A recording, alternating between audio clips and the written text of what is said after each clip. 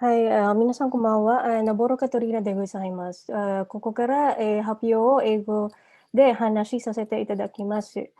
The title of my presentation this evening is Filipino nurses who work as care workers in Japan. This is part of my dissertation, which is entitled Paid to Care, the ethnography of body empathy and reciprocity in care work among Filipinos in Japan, completed in March 2020 at Kyoto University. At present, I am working on the movement of natural persons in health services in ASEAN and Japan as part of my work at the ASEAN Japan Center. And thus, the theme of this book is on foreign nurses working in Japan. My research and dissertation looked closely at the working experiences of Filipino nurses who became care workers in long-term care settings, such as in Tokubetsu Yogoro Jinhomu. From 2017 to 2019, I interviewed about 22 Filipino nurses who came to Japan as EPA care worker candidates, certified care workers, and care work students, mostly in Kansai and Kyushu area.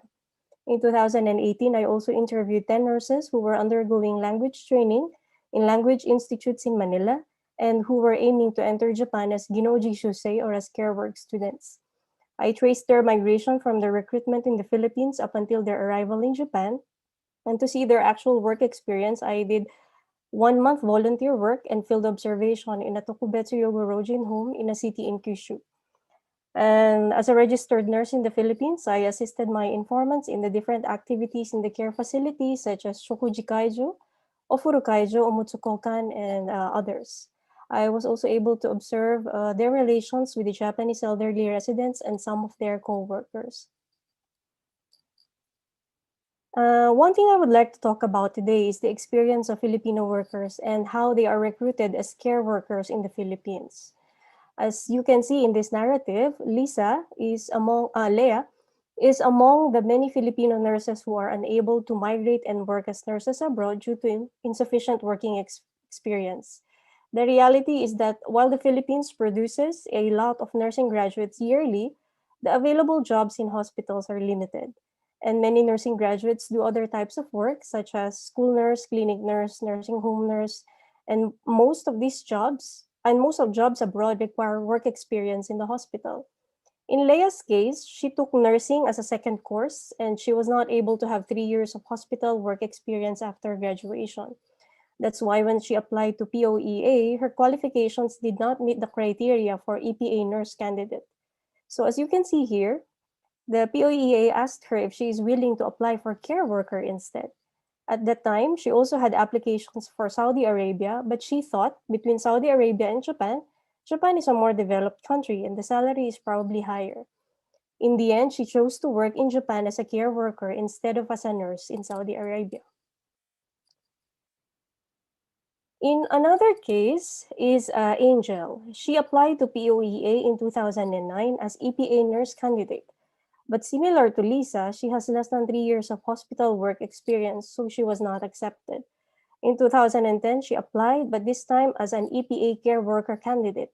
Surprisingly, she got rejected as well because her documents showed that she had a registered nurse license, and she was told that only nursing graduates without license can apply for care worker. The following year, she applied again as EPA care worker, but this time she did not submit her certificate of registration as a nurse, only her diploma, and she was accepted.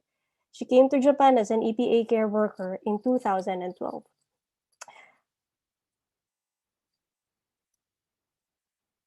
Upon arrival in Japan, how do Filipino nurses describe the transition to care work in long-term care facilities? Many understand that as care workers, they are limited in the kinds of nursing interventions that they can do. The professional scope and responsibility of care work differs in areas such as giving medications. They are allowed to give oral medications in the presence of a nurse. Some nursing procedures such as suctioning are limited to those who have a certificate for the procedure. And in times of emergency, such as the one with Ismael in this situation, care workers can administer first aid, but they are expected to call a nurse first. In the above example of Ismael, the nurse was not available immediately, and the urgency of the situation prompted him to perform an advanced maneuver to help the resident to expel the food from his throat. In the brief narratives I presented, we can see how the government and migrants are at work when it comes to the migration experience of Filipino nurses as EPA candidates. While many is in consideration of the legitimate route, not everyone can satisfy the requirements of the nurse migration pathway. These requirements also segregate nurses, only allowing those desirable migrants who meet the minimum qualifications to pass through the selective barriers of migration established by both the sending and receiving states. This is illustrated in the experience of minors informants who were able to go through as EPA care worker candidates. My Filipino nurse informants also experienced limitations in the kind of nursing skills that they can do given the limited scope of care work. They found that while their nursing background proved helpful in identifying potential physiological problems in the elderly residents, the inability to use their nursing skills due to the limitations of care work profession devalues the skills that they were originally trained for.